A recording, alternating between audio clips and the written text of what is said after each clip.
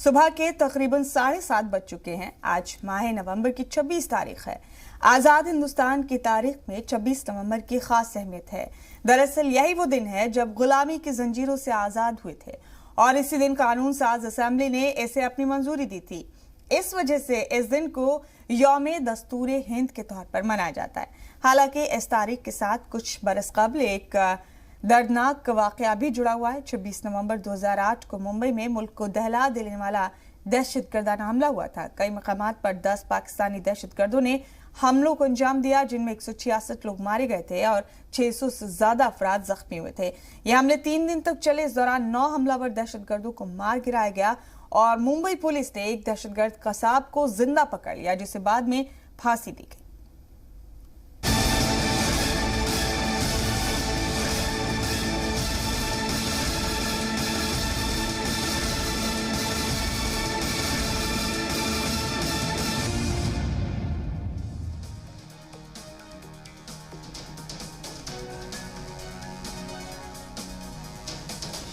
$1865 में आज के दिन लुइस कैरोल के एलिस इन वंडरलैंड अमेरिका में शाया हुई।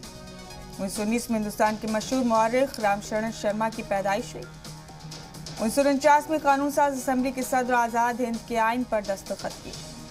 1967 में लिस्बन में बादल फटने से करीब 450 लोगों की मौत हुई। 1984 में इराक और अमेरिका ने सिफारती ताल्लुकात दोबारा बनाए।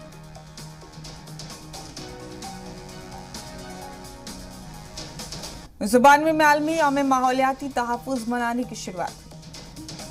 1998 में तुर्की के वज़ीर-ए-आज़म मेसूत यिल्माज़ ने इस्तीफा दिया। 2001 में नेपाल में 200 बागी मारे गए। 2006 में इराक बम धमाके में 202 लोगों की मौत हुई। 2008 में मुंबई में दहशतगर्दाना हमलों में 166 अफराद मारे गए।